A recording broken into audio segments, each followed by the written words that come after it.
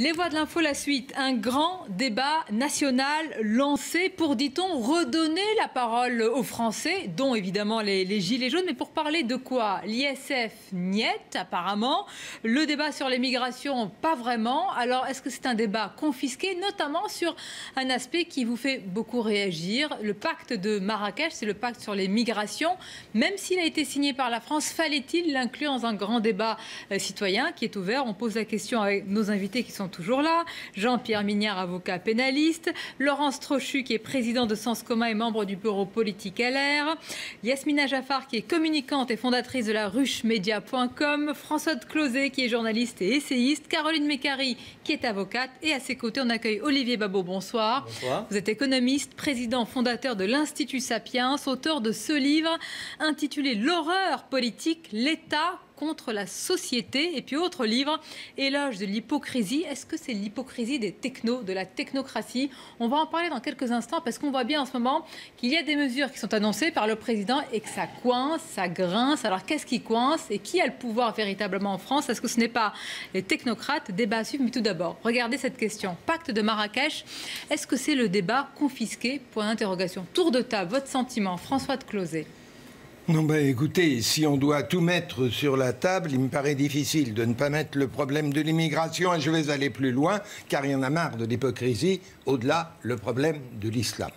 En France, comment? Car il faut intégrer chaque arrivant pour qu'il puisse devenir un citoyen. Autrement, c'est pas souhaitable qu'il vienne en France, mais il faut aussi intégrer l'islam, qu'il ne soit pas un sujet permanent d'irritation comme il l'est dans notamment 93 et un certain nombre de territoires en France. Donc il faut en parler. D'autre part, parlons sur la base de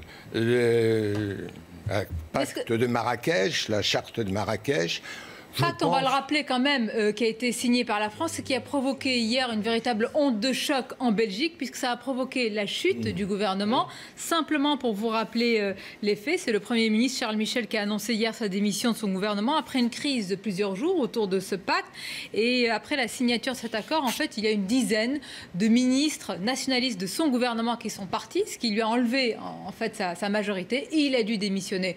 Donc c'est la preuve quand même peut-être, François de Closet, que ce n'est pas un tout petit accord, ce pacte de Marrakech. Non, il a des conséquences. Je pense que c'est l'occasion de vraiment parler de l'immigration, de cesser d'en faire, comme depuis 50 ans, un non-dit dont s'est emparé d'abord Jean-Marie Le Pen, puis Madame Le Pen, et qui a fait monter le Front National à 30%. Il y en a marre. Il faut en parler vraiment. Ce qui est gênant d'en parler à partir du pacte de Marrakech, c'est qu'effectivement, on prend déjà ce texte au lieu de mettre le problème sur ce grand débat est une... Mais ça vaut vraiment pas ça. La volonté de ce grand débat, c'est une réponse et une mesure au mouvement des Gilets jaunes. Du Loch Ness, quand même. Donc, moi, depuis aussi que je suis née, j'entends parler en permanence. Attendez, il y a une différence quand vous entendez parler parce que vous êtes sur les plateaux de télévision et la parole est donnée aux citoyens. En tant que citoyenne, mais vous en parlez sur ce plateau, c'est pas la même chose. Ce grand débat est une réponse à ce mouvement inédit et qui a bousculé ce pays et qui a fait du mal aussi à l'exécutif. Donc mélanger tous les débats et risquer de confisquer du coup les autres débats. Pourquoi enlever un thème plutôt qu'un autre? Non, mais celui-ci ne fait pas partie des revendications premières des Gilets jaunes. Non, je suis désolée, c'est le pouvoir d'achat. Non, c'est le pouvoir d'achat. Il y a un sondage qui vient juste de sortir pour les espérances 2019 des Français, IFOP, 32% des Français veulent d'abord un pouvoir d'achat fort en 2019. Deuxième chose, le terrorisme et la sécurité à 22% et le chômage en troisième partie. Donc à un moment donné, il faut quand même arrêter d'instrumentaliser tous les débats. L'immigration, on en a entendu parler avec ce que c'est qu'être français avec Nicolas Sarkozy, ça n'a pas fait du bien à ce pays. Voilà, je suis désolée. Ce qui est choquant, à un moment donné, on parlera de l'immigration et il faut en parler. Elle vous répond. Ce qui est choquant dans ce pacte de Marrakech, c'est que au moment, sur la forme déjà, au moment même où Emmanuel Macron dit vouloir faire cet effort d'être à l'écoute et donc de laisser les Français s'exprimer, ils signent dans leur dos, sans même les avoir consultés, le pacte de Marrakech. Donc ça déjà, il y a un problème ici de cohérence entre la parole donnée par Emmanuel Macron d'être à l'écoute et les gestes qui suivent cette parole. Il y a un deuxième sujet, c'est qu'ensuite on nous dit ce pacte il n'est pas contraignant. Alors s'il n'est pas contraignant, je ne comprends pas très bien ce qui se passe justement chez nos voisins belges. Là, il y a quand même quelque chose qui est étonnant. Il y a un troisième sujet aussi, c'est que il faut s'occuper bien sûr de ce sujet de l'immigration sans en faire un tabou, mais parce qu'il n'a pas voulu en faire un totem, et bien justement le gouvernement en fait aujourd'hui un tabou. Et là, il y a quelque chose qui est fissuré. Où je vous rejoins, c'est encore une fois la même problématique avec cet exécutif et ce gouvernement, c'est un problème de communication. Mais non, c'est plus grave que de la communication. Là, si, parce que, ne serait-ce que le jour, lundi dernier, quand il a parlé pendant 13 minutes, peut-être que déjà là, il aurait peut-être même pas dû en parler à ce moment-là de ce terme de l'immigration. Oui, mais la communication, ça traduit la parole. Juste aller au bout parce que aller simplement sur les revendications premières des Gilets jaunes. Mais certains Gilets jaunes ont parlé de ça. Non, certains, c'est 5%. Oui, mais alors, non, faut pas tout mélanger. C'est vraiment très peu de gens qui sont concernés. Mais pardonnez-moi, là, c'est pas un débat pour les Gilets jaunes, c'est un débat national qui est lancé. Non, c'est une option médiatique. Deux mots sur ce pacte. La France va discuter des revendications des Gilets jaunes. C'est pas du tout ce que j'ai compris. Moi, j'ai compris qu'on mettait sur la table tous les problèmes. Alors, on n'a pas compris la même chose. Justement, dire qu'on ne doit pas mettre l'évaluation de l'ISF. Très clairement. Attendez, Jean-Pierre Minière, pardonnez-moi, ce grand débat, c'est un débat national. Sur le pacte de Marrakech, il ne dit rien de nouveau. Si, il fait une obligation à tous les pays de départ d'octroyer des papiers de telle sorte qu'on puisse identifier les personnes et que notamment les pays d'accueil soient en mesure, après identification, de renvoyer si c'est nécessaire. C'est-à-dire, il dit un principe, liberté de circulation. Ça, c'est depuis la charte de 48, c'est depuis les déclarations universelles, rien de nouveau. C'est la liberté de circulation. Mais c'est des règles et des obligations, des contraintes mises sur le dos des pays de départ. Deuxième chose, il y a une disposition concernant les adolescents, c'est que chaque État doit prendre des dispositions de manière à ce que les adolescents soient traités de façon particulière au nom du droit général des mineurs, et on reprend des dispositions de l'UNICEF. C'est tout. Voilà pourquoi c'est voté par 150 États de l'Assemblée générale. Je ne sais même pas d'ailleurs combien. Beaucoup d'autres n'ont pas voulu signer. Voilà. Et quant aux nationalistes flamands, je connais un peu l'histoire belge. Je sais que la première occasion qui était donnée aux nationalistes flamands pour faire sauter le gouvernement Michel, ils l'ont choisi, ils l'ont eu, puis voilà. Mais ce pacte de Marrakech ne semble pas sur ce sujet. devoir faire beaucoup plus d'effets que cela. Ce qu'ont dit les Gilets jaunes, c'est les Français ne sont plus écoutés. Nous, Français, nous avons l'impression de ne plus être écoutés parce qu'il n'y a plus de corps intermédiaires. Donc ce qu'a dit Emmanuel Macron, c'est très bien, on va écouter les Français. Donc il ne s'agit pas d'interpréter ce qu'ont dit les Gilets jaunes. D'ailleurs, ils ont tout dit et n'importe quoi. Si vous regardez bien, en réalité, c'est une sorte de compilation Facebook de tous les trucs. Et si on dit qu'il y a des choses marginales, à ce moment-là, l'ISF, c'était totalement marginal. Au départ, c'était juste une sorte de ras-le-bol fiscal qui n'était pas l'idée d'essayer d'aller taxer les autres parce que nous, on était déjà trop taxés. Donc là, à ce moment-là, il ne faudrait pas en parler. Moi, je suis toujours gêné. Effectivement, peut-être qu'on a ouvert la boîte de Pandore, mais enfin, quand on veut pas qu'une question soit posée, c'est qu'on a peur des réponses. Il y a un moment donné où soit on est serein avec ce débat et il n'y a aucun problème et c'est tellement une richesse que de toute façon on va tous se tomber dans les bras et se mettre à danser la farandole en disant c'est merveilleux, soit il y a un problème et soit il y a une angoisse. Et je crois que ce qui se passe en Belgique, évidemment, c'est des choses qui sont particulières, mais en France, il y a une angoisse légitime. Peu importe qu'il y a à l'intérieur finalement de ce pacte de Marrakech, le fait que ça fasse réagir prouve qu'il y a une angoisse. S'il y a une angoisse, peut-être qu'il faudrait qu'on en parle, peut-être qu'il faudrait qu'on l'explique. Et le mieux, c'est pas de l'internaliser. Elle est là. Et donc, s'il y a un problème, c'est absolument cristallisé. Et ben alors, ayons un débat. On est dans une civilisation où on pense que plus on dit les choses et plus tout est mis, et plus ça va permettre de planifier les choses. Vous avez l'objectif 15 du pacte de Marrakech qui dit qu'il faut assurer l'accès aux services de base pour ceux qui entrent chez nous, donc les migrants. Mais quand on voit qu'on n'est même pas capable d'assurer ce service de base pour les Français qui sont là, on comprend que dans le dernier sondage là, du 4 décembre, sondage IFOP-JDD, il y a, je crois, 7 Français sur 10 qui estiment qu'on n'a plus les moyens d'assumer cette immigration. Donc la question de l'immigration... Sur le service de base, je suis désolé, il y a un problème de santé publique. Vous devez vacciner les gens qui viennent, sinon c'est terrible pour tout le monde. Mais service de base, c'est pas que ça. C'est une question de bien commun pour le coup, vraiment. Moi, si je vous suis, madame, en fait, en réalité, il faut quand même rappeler quelques chiffres. Les personnes étrangères qui viennent sur le territoire français sont à peu près à 80%, viennent dans le cadre du regroupement familial qui a été mis en place par Valéry Giscard d'Estaing. 1976. Donc, 1976, d'accord, très bien. Donc la question qui va se poser, c'est de savoir si on remet en cause ce regroupement familial. C'est ça le débat que vous avez envie d'avoir? La question, c'est quand même ça dont il s'agit. Attendez, je vais reposer les termes du débat. Enfin, vous voyez, déjà, on parle de ce sujet, ça enflamme le plateau. Mais c'est là, et donc on n'en parle pas. Si. Regardez ce que vous dit une télé. Attendez, moi je veux juste ajouter une petite chose. En réalité, c'est pas tant l'immigration qui semble réellement poser un problème, c'est plutôt des personnes qui seraient d'origine étrangère, qui seraient de couleur, qui sont des Français, qui sont des Français. C'est comme ça que Madame a fait progresser. Ce sont des Français. Ça, c'est un vrai problème. Regardez, pas question d'immigration. Moi, Marine Le Pen, est-ce qu'elle vous paye? Les gens comme vous, depuis 50 ans, ont fait le succès du Front National. C'est aberrant. J'ai pas 50 ans. J'ai dit les gens comme vous avez pris le relais. C'est vrai, on en parle depuis longtemps. Et le Front National est aujourd'hui, après les abstentionnistes, le premier parti de France. Pardon, le Rassemblement national. Peut-être qu'il faudrait se poser une question. Mais regardez, attendez, écoutez ce que dit, s'il vous plaît. Regardez, la réaction sur les réseaux sociaux d'une téléspectatrice qui s'appelle Christiane Latour, qui vous dit, regardez, les Gilets jaunes n'en parlent pas car depuis 50 ans, c'est tabou. Parler de ce sujet, c'est facho. Les Français sont anesthésiés. Le sujet de l'immigration est tout simplement interdit. C'est la seule question qu'on pose. Pourquoi il n'a pas été inclus? Et pardonnez-moi, j'ajoute que ce grand débat, c'est un grand débat national. Ce n'est pas qu'un débat pour les Gilets jaunes. C'est ainsi que cela a été présenté. Et les termes d'un débat national font qu'on inclut tous les sujets qui concernent la nation de manière générale. Donc c'est une question. Je vais juste apporter une précision. Est-ce que vous savez la nation que au sens large, Jean-Pierre Mignard. Ne reprenez pas sur les mots. Depuis 1945, donc, nous avons eu la grande ordonnance sur l'entrée et le séjour des étrangers en France. Cette loi a été modifiée à peu près, je pense, une cinquantaine de fois depuis 1945 pour devenir le code de l'entrée et du séjour. Une loi qui est modifiée 50 fois, ça veut bien dire que ce débat traverse la société française depuis 50 ans au moins. Donc c'est pas l'occasion d'en parler. Ce n'est pas un débat confisqué, donc ce n'est pas un débat interdit, ce n'est pas un débat tabou. On en parle déjà.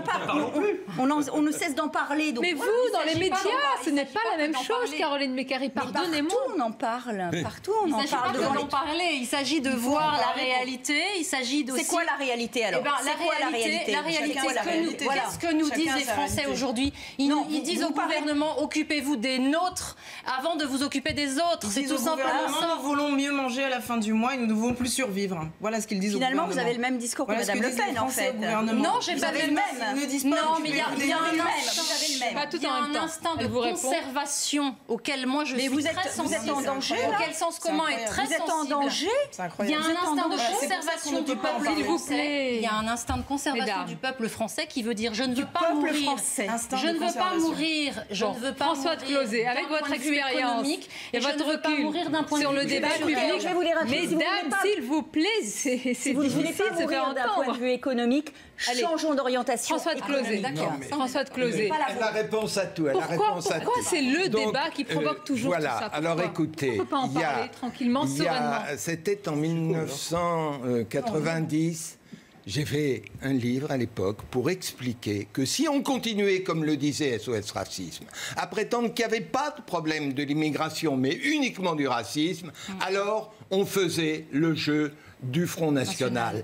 On a continué et le Front National est arrivé où il est. Merci. Je pense au contraire que de vraiment parler, oui, du problème de l'immigration, et c'est normal. On se dise qui, dans quelles conditions, pourquoi, comment, et ne pas cacher le fait que ce qui le complique, c'est qu'il y a l'islamisme qui vient se greffer dessus. Mais là aussi, sont des problèmes. Il faut que nous définition, quelle sera notre politique, et on peut en parler sans se faire aussitôt suspecter. Vous êtes raciste, vous êtes raciste si vous voulez parler de ça.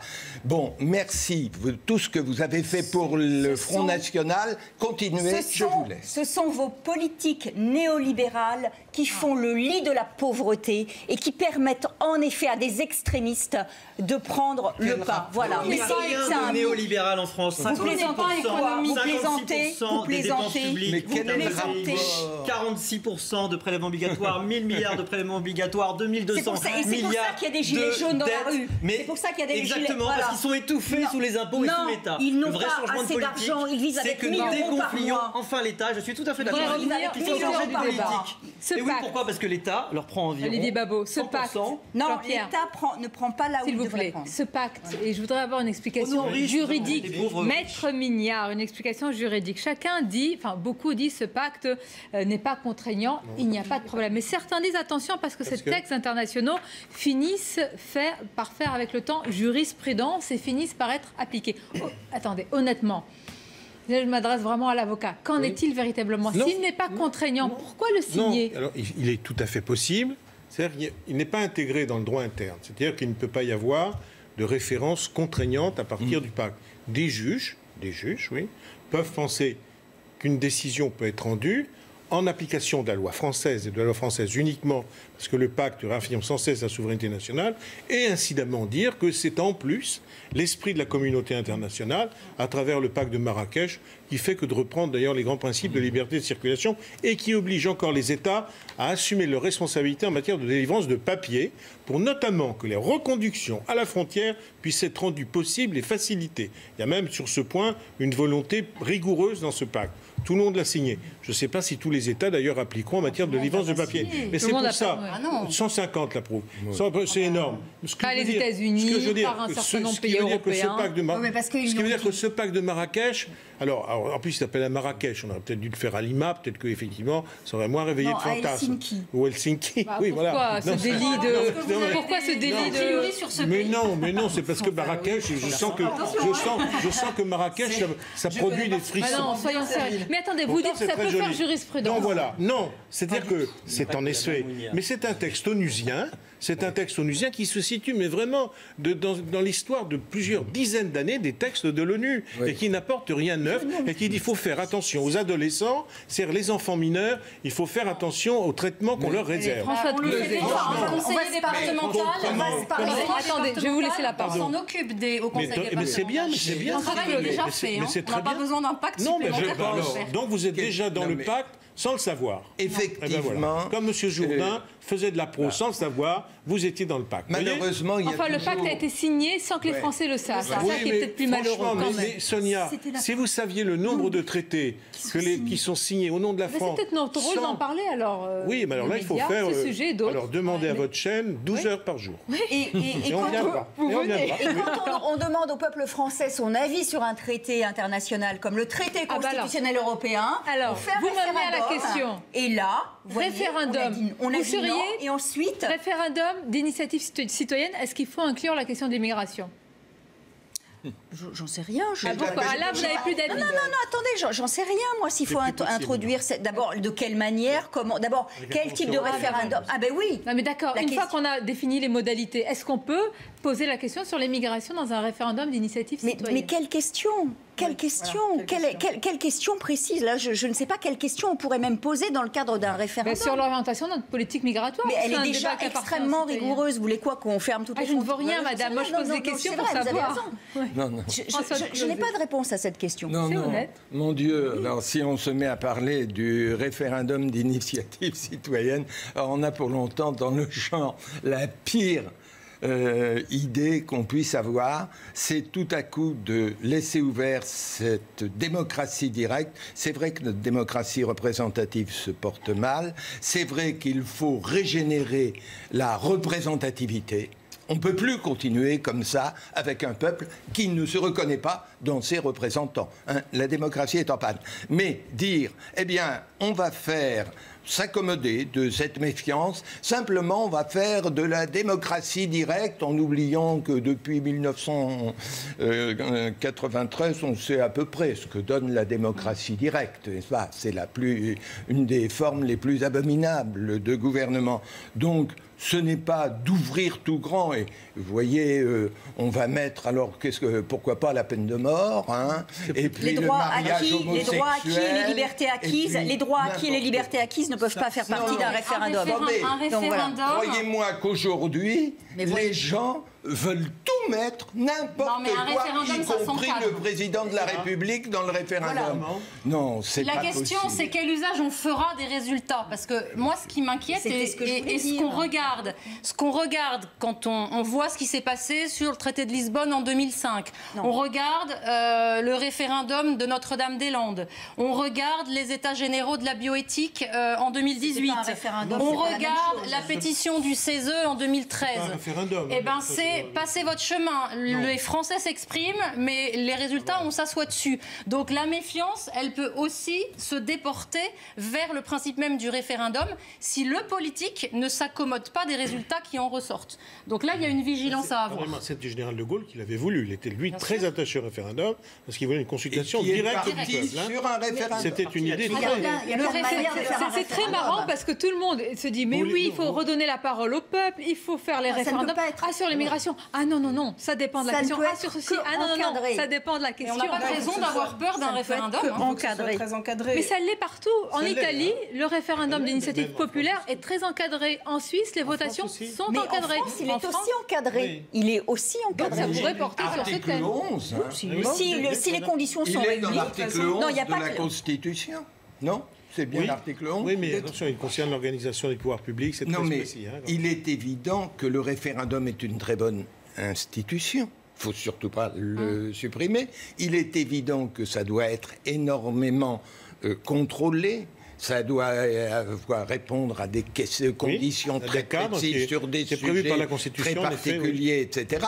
Et il est évident aussi que depuis toujours, l'extrême droite comme l'extrême gauche, les extrémistes, essayent d'utiliser ces moyens de pression, je dirais, de la démocratie directe, pour imposer leur volonté particulière contre la volonté générale. Donc c'est un très bon outil qu'il faut utiliser de façon très contrôlé. Olivier Babot et Yasmina Jaffar. Oui. Pour moi, le référendum d'initiative citoyenne ou populaire, tel qu'il est décrit dans une version assez maximaliste en fait de la part des gens qui évoquent ça, ce serait une apocalypse démocratique absolument certaine. C'est comme envoyer une grenade pour faire le ménage parce qu'il y a un peu de poussière. La réalité, c'est qu'on a besoin de plus de démocratie directe. C'est qu'à l'ère d'Internet, les gens ont pris l'habitude de participer. Ils trouvent plus normal de participer uniquement sous la forme d'un bulletin dans l'isoloir qui est donné tous les 5 ans. Et donc, il faut recréer au niveau probablement local ces possibilités-là. Au niveau national, ce serait absolument destructeur. Et en fait, ça révèle une incompréhension complète du rôle du représentant. Il y en avait un qui était à ma place tout à l'heure. Un représentant, il n'est pas là uniquement pour traduire une sorte de mandat impératif qui aurait été donné. Il est là justement pour arbitrer les contradictions terribles, la complexité de ce monde dans lequel on vit aujourd'hui et qui fait que vous avez des contraintes contradictoires, que vous devez, à un moment donné, essayer de progresser dans un sujet qui est extrêmement compliqué à comprendre. Et c'est pas vrai que les gens peuvent dire leur avis sur tout et avoir un avis pertinent. C'est donc les représentants qui doivent le faire. Il faut en effet des représentants qui soient effectivement plus divers, bougeant. Allez, on va conclure ou d'une crise de la Constitution. Le souci, c'est la crise de la représentativité, exactement.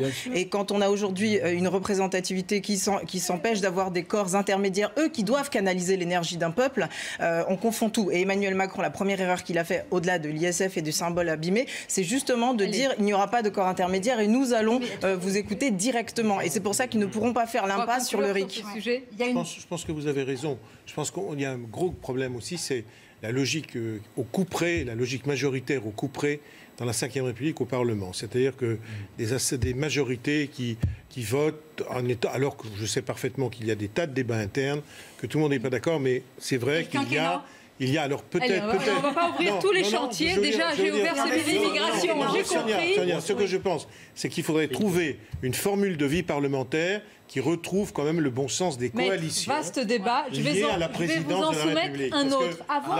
Écoutez, vous dites une crise de la représentativité. On a ici des responsables politiques et le premier d'entre eux, j'allais dire, celui qui est au sommet de l'État, le président de la République, qui, quand il annonce des mesures et qu'il cherche François de Closets à les faire appliquer, eh bien, ça coince, ça grince. Il y a des freins. Des freins de qui ? De ce que l'on appelle les technocrates. C'est une forme de nébuleuse, on va en parler, et ça pose une vraie question qui, depuis des années, est posée en France, mais pas seulement, mais c'est quand même assez lourd dans le pays. Qui gouverne vraiment ? Qui sont ces technos qui ont le pouvoir aujourd'hui, le pouvoir de dire, eh bien non, peut-être même au président de la République. On va écouter l'extrait de quelqu'un qui a réagi hier dans cette émission. Ça va peut-être vous surprendre, c'est un animateur célèbre populaire. Il s'agit de Stéphane Bern, le monsieur patrimoine qui a été missionné par le gouvernement. Stéphane Bern, il a poussé un cri de colère, un coup de gueule, pardonnez-moi l'expression, sur une taxe sur le loto du patrimoine. Et au-delà, on va écouter ce qu'il a dit et ce qu'il vise justement précisément. J'ai du mal à comprendre parce que je suis un peu amer, un peu déçu. Je trouve que c'est tellement bête parce que franchement, il y a des taxes enfin, c'était facile de faire un joli coup médiatique en disant oui, après tout, cette taxe, on peut s'en passer. Ben non, ils la rétablissent. Résultat, le ministre annonce qu'il va encore une fois en 2019 compenser cette taxe par une enveloppe compensatoire. Donc on va mettre dans la poche de l'État des taxes qu'on va ressortir d'une autre poche. C'est une manip qui qui me semble totalement ridicule. Surtout, c'est là que je vois la technocratie dans toute sa splendeur. Je reçois des explications. Alors, je suis pas assez intelligent ni subtil, sans doute, comme l'a répété un député. Mais donc, j'ai pas tout bien compris. Mais en tout cas, je trouve que c'est ridicule. C'était tellement simple de supprimer, d'exonérer cette taxe, et puis ça permettait de réunir tout le monde. Ah, il est bon dans l'ironie, Stéphane Bern, quand il dit qu'il n'est pas suffisamment intelligent et subtil. Ça va au-delà, parce que moi, je pense que tout est dit. Il décrit, Olivier Bobo, une sorte de caste, pardonnez-moi, c'est le mot, qui décide tout pour tous. Est-ce que c'est exagéré ou est-ce que c'est la réalité? Vous avez écrit un livre, justement, l'État contre la société. Là, il ne s'agit pas de l'État, c'est véritablement une technocratie, une structure qui retient un petit peu l'argent, j'allais dire un petit peu, et donc tout le reste. Est-ce que c'est le cas? C'est malheureusement une tendance très ancienne des démocraties. En Grèce, ils avaient résolu le problème au 5e siècle avant Jésus-Christ, puisque les hauts fonctionnaires étaient des esclaves. Et donc, ils ne pouvaient pas entrer dans la sphère politique. Nous avons, pour dire, une consanguinité qui est beaucoup plus forte. Il y a un livre formidable, Paulin Ismar, je vous conseille de lire sur le sujet. On a une consanguinité qui est beaucoup plus forte. Et en effet, aujourd'hui, en particulier dans un État qui est financièrement exsangue, c'est en réalité la dépense qui fait la politique. C'est plus la politique qui décide de la dépense. Et vous avez un arbitrage qui se fait sur les quais de Seine, beaucoup plus que rue du Faubourg Saint-Honoré. Et on l'a bien vu à maintes reprises avec un Emmanuel Macron qui pourtant est issu de cette caste en partie. Il y a énormément de passages. Il n'y a jamais eu autant d'énarques, vous savez, dans les cabinets ministériels. Mais la réalité, c'est que ce sont eux qui font aujourd'hui la politique, qui décident de la politique. Et tiens, c'est marrant. Ce sont eux qui font la politique et qui décident. 40% des plus hautes rémunérations de l'État sont à Bercy. C'est très étonnant. C'est les gens qui sont le plus proches du robinet, qui sont les mieux payés. Et c'est effectivement des gens qui sont en circuit fermé parce qu'ils ont été extrêmement scolaires et qu'ils ont réussi un concours à 25 ans et qui sont bien sortis de l'ENA, auront un accès exclusif. C'est-à-dire que même s'ils sont nuls, ils vont y rester dans les grands corps de l'État. Et surtout d'ailleurs, quasiment personne d'autre ne pourra y rentrer. Ce qu'il faudrait, c'est ouvrir la porte et les fenêtres de cette haute fonction publique. Je voulais vraiment qu'on fasse ce débat tous ensemble parce qu'à un moment, il y a une forme d'impuissance qui s'installe au sommet de l'État et on l'a presque senti au ton d'Emmanuel Macron de se dire mais il faut que ça bouge, je n'y arrive pas parce que la technocratie tire par derrière. Enfin, c'est complètement faux. Ah bon?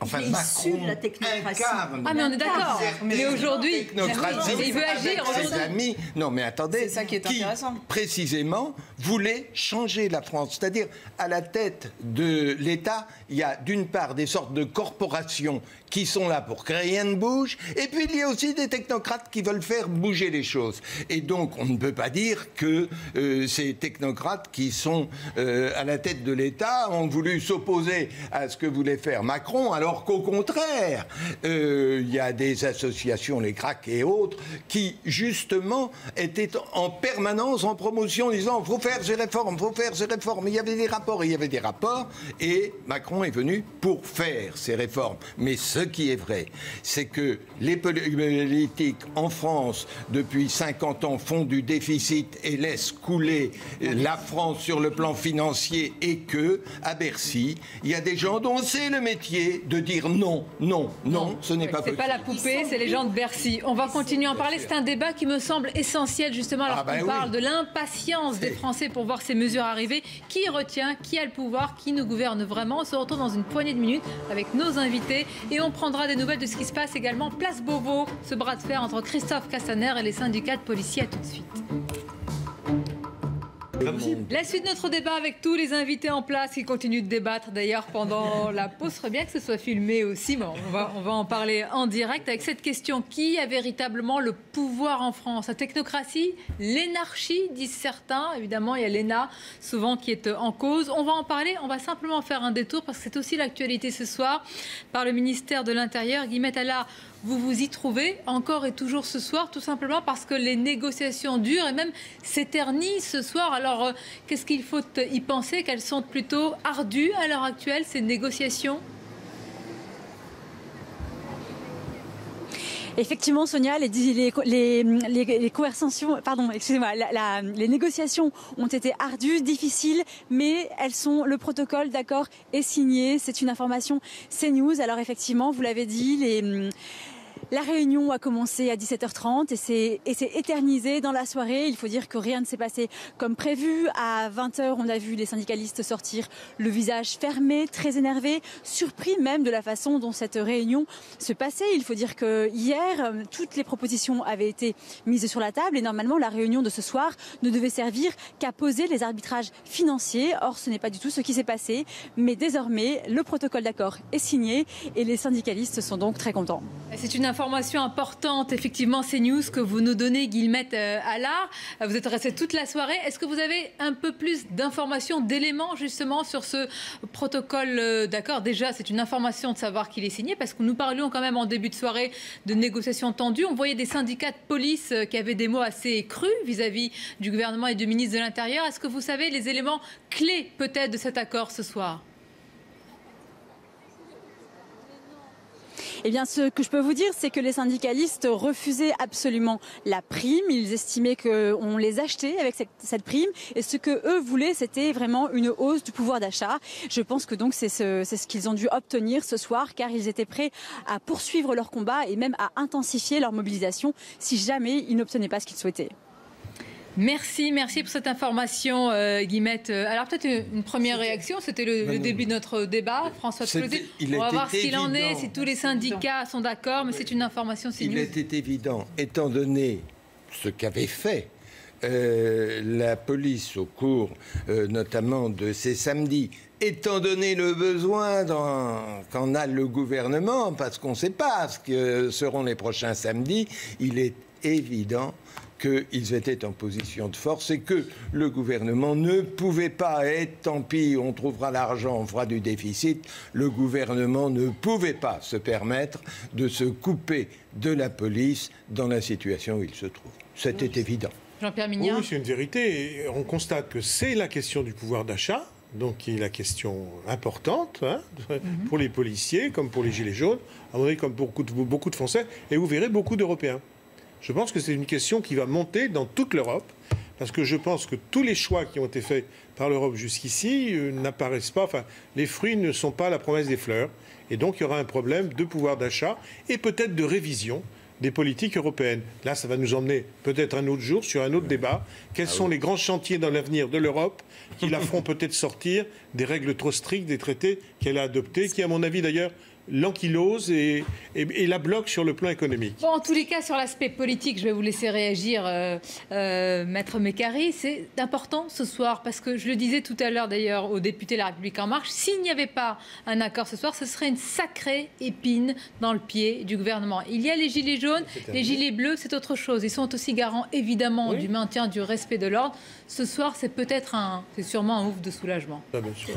Très clairement, enfin, moi, alors là, pour le coup, je partage l'opinion de François de Closet. Le gouvernement ne pouvait pas se permettre de ne pas trouver un accord avec les forces de l'ordre. Donc ça, voilà, c'est réglé, semble-t-il. On ne connaît pas le détail, mais en tout cas, ça a l'air de leur donner satisfaction. Ça règle absolument pas toutes les choses. Et alors là, si je peux me permettre de rebondir sur la technocratie, je dirais que la technocratie, aujourd'hui, elle est absolument à peu près à toutes les manettes dans l'appareil d'État, y compris au sommet de l'État avec Emmanuel Macron qui est lui-même sorti de l'ENA. Le problème de ces technocrates, c'est que depuis des années, ils sont biberonnés à la logique budgétaire imposée par l'Europe, que vient de dénoncer mon confrère Jean-Pierre Mignard. C'est-à-dire qu'on est vraiment dans des logiques qui sont des logiques d'étranglement des populations. Et le mouvement des Gilets jaunes, tel qu'il a surgi ici, il est bien le signe justement que les peuples, les citoyens d'ailleurs, ne peuvent plus, enfin ne le supportent plus. Juste, est-ce que l'un de vous, sur ce plateau, sait comment la règle des 3% a été fixée? Oui, je peux vous le raconter. C'est M. Abeille. Je peux vous raconter l'histoire. Sur un point de table. Ça veut dire que ça pouvait être 4%, ça pouvait être 2,5%. Donc en réalité, cette règle, elle n'a pas de sens économique. Elle n'a pas de sens économique. Alors, je peux reprendre. Non, car pas du tout. M.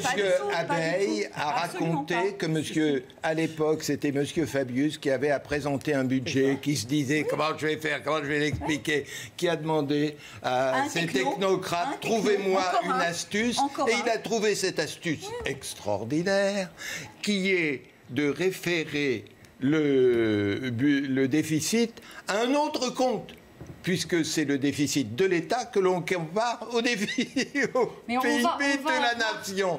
Et donc, ça permettait de le minorer, parce que personne ne sait que les 3%, c'est en réalité 20% de déficit de l'État. Si on le savait, peut-être qu'on se serait dit, c'est quand même un problème. Hein. Mais du coup, on ne le sait pas, et on pense qu'il y a un petit déficit, alors qu'il y a un déficit gigantesque. Olivier Babot, Olivier Babot, on va écouter cet après-midi à l'Assemblée nationale un échange entre un député de l'opposition, je crois que c'est les Républicains, et le Premier ministre sur l'application justement des mesures.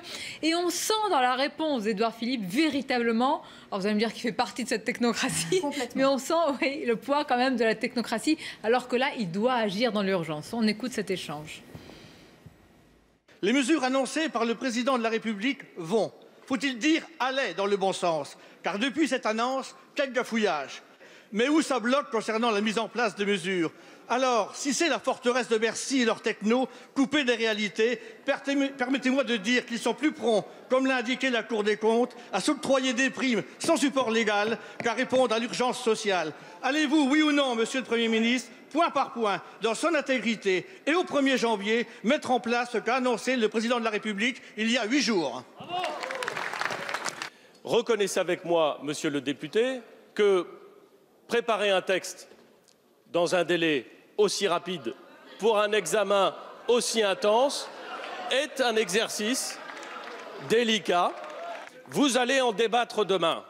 J'espère que l'Assemblée le décidera, que le Sénat le confirmera et que ces mesures pourront être mises en œuvre dans les délais les plus brefs. Il espère, François de Closets, il espère que ce soit dans les délais les plus brefs, mais on a bien compris que... D'abord, quelle est la différence entre un jeune homme qui est sorti d'HEC et qui est dans une entreprise et un jeune homme sorti de l'ENA et qui est dans l'administration? C'est que le premier se valorise en montrant que ce qu'on dit d'impossible, lui, il dit que c'est possible. Et au contraire, dans l'administration, se valorise en montrant que ce que vous croyez possible, c'est impossible. Malheureusement, c'est comme ça que ça se passe. Mais, s'il vous plaît, l'essentiel, c'est que nous avons une compliqué en permanence. Mais ce sont les députés, c'est eux, sans cesse, ils font de nouveaux amendements pour compliquer les systèmes. Et dès qu'on veut toucher... Ah mais attention, si vous faites ça, le Conseil constitutionnel appuie le Conseil d'État,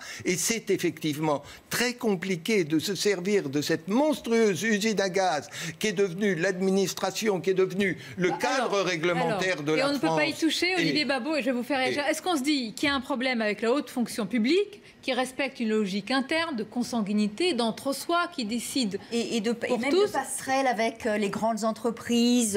Vous ajoutez tout alors. Ah mais oui, non mais il y a vraiment des passerelles, non mais aussi privées, bien sûr, évidemment. Il n'y a pas que le public. C'est pas un problème nouveau, mais je pense qu'il véritablement, on voit que là, il se pose véritablement. Quand un président de la République, même s'il fait, selon vous, partie de la technocratie, essaye d'appliquer des mesures et qu'il est freiné dans cette application. Mais il n'est pas freiné, ce n'est pas vrai. Il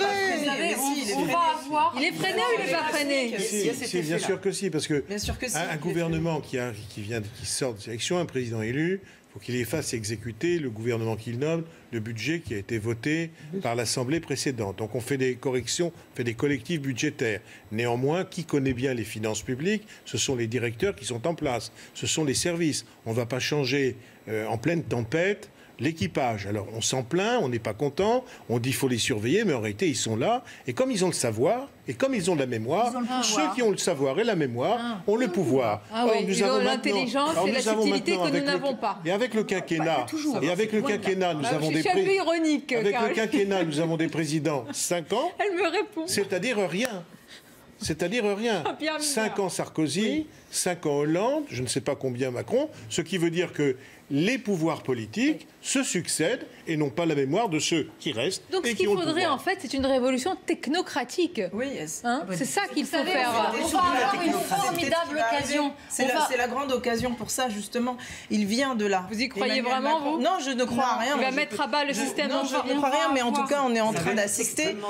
Oui, ça va être difficile, mais on est en train d'assister. Et ça devient... votre avis, venant de l'intérieur, il est peut-être mieux placé pour voilà, c'est ce que j'allais dire. Et le transformer. Exactement, c'est un débat qui est maintenant posé aussi auprès des Français. Donc ça n'est plus un débat que entre techniciens. C'est la première fois qu'on en parle, par exemple, sur des plateaux télé toute la journée depuis à peu près 3-4 jours maintenant. Donc vu qu'il vient de là et que son entourage vient de là et qu'il a dit à peu près quelques jours je suis mal entouré, peut-être qu'il réalise que entre penser le pouvoir et exercer le pouvoir, il y a une grande différence. Il va faire table rase de tout son entourage et il va trouver qui? Non, c'est pas ça, mais au moins la question se pose. Je voudrais juste aller au bout. Ça serait intéressant, peut-être, imaginons, soyons un peu naïfs, à 2 jours de Noël, on ne sait jamais, peut-être qu'il pourrait se dire, ben là, je n'arrive pas à faire ce qu'on m'a appris à faire, parce que justement, je suis coincée. Alors oui, et on l'a vu avec le SMIC. Non plus. Mais oui, mais en effet, mais en tout cas, ça pose la question. Ça fait plaisir. Non, mais ça pose la question. Le problème, c'est que c'est quelqu'un qui ne se remet pas en cause. Si, il se remet en... Ah non, je pense que là, c'est trop sévère. Non, attendez, la vraie question. Laurence Trochu, Olivier Babot. Olivier Babot. On va avoir, n'oubliez pas qu'on va avoir en 2020 une formidable occasion, je dirais, de réparer cette démocratie qui aujourd'hui est blessée. Parce qu'il va y avoir les municipales. Et chez nous, sens commun... Oui, non, mais attendez. Tout va être réparé. Non, tout ne va pas être réparé. Mais on va, par le biais des élections et de leur préparation, parce que les élections municipales, ça se prépare dès 2019, on va avoir cette occasion, en fait, de permettre aux Français d'intégrer des équipes municipales. Et ça, c'est cette démocratie de proximité qui tient tant à cœur chez Sens commun. Vraiment de... Mais attendez, les maires ne sont pas remis en cause. Non, mais les maires ont été méprisés aussi par Emmanuel Macron. C'est autre chose, bien sûr, mais pas par la population. Attendez. Et on va avoir justement dans cette aventure des municipales, on a... Mais oui, mais ça se prépare. Et ça veut dire quoi? Ça veut dire que les Français vont pouvoir s'impliquer. Les Français vont pouvoir s'impliquer dans leur propre vie. Et la politique, elle se joue là. La politique de proximité, c'est celle-là qui va réconcilier les Français. Si on revient aux Gilets jaunes, parce que c'est quand même... On a eu un débat. Excusez-moi, pardon. On a eu un débat très technique ce soir et je pense que... Oui, moi je... Bah non, au contraire, on a mis un débat contre la technique et la technocratie.